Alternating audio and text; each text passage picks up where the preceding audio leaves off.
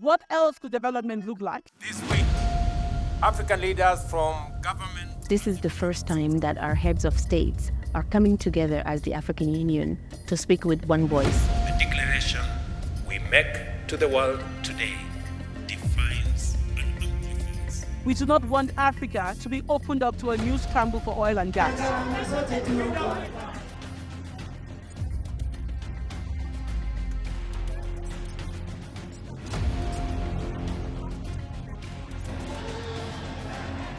Let's have a framework with financial commitment, not only on international resources, but our own domestic resources. We have to commit.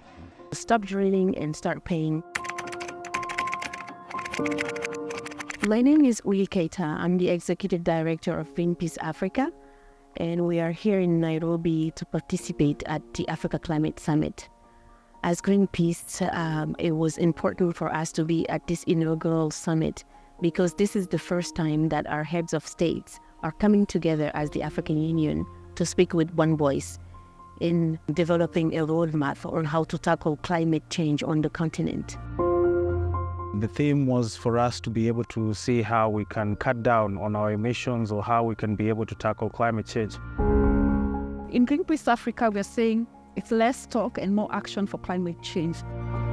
One of our demands are that we are asking our governments to stop giving subsidies to oil companies. These big companies come and exploit the resources in Africa, leaving our communities in despair.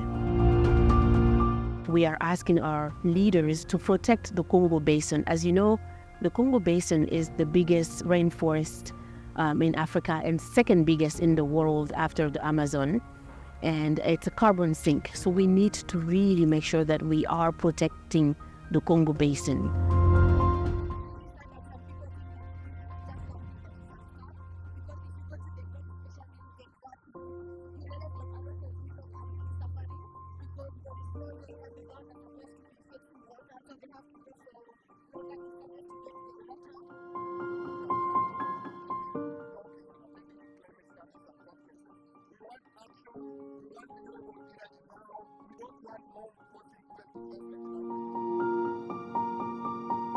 We must think beyond towering skyscrapers and engulfing highways and think of development from a purely African perspective.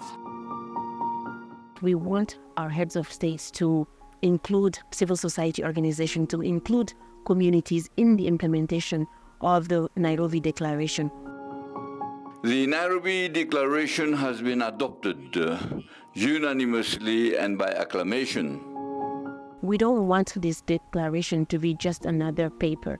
We want it to be an actionable work plan where communities can actually fit in and see themselves, and where we have something concrete with financial resources committed to that plan to help communities to leapfrog to renewable energy. We're saying no to fossil fuels because the development model that we see in Africa, which is all based on extractivism, does not work.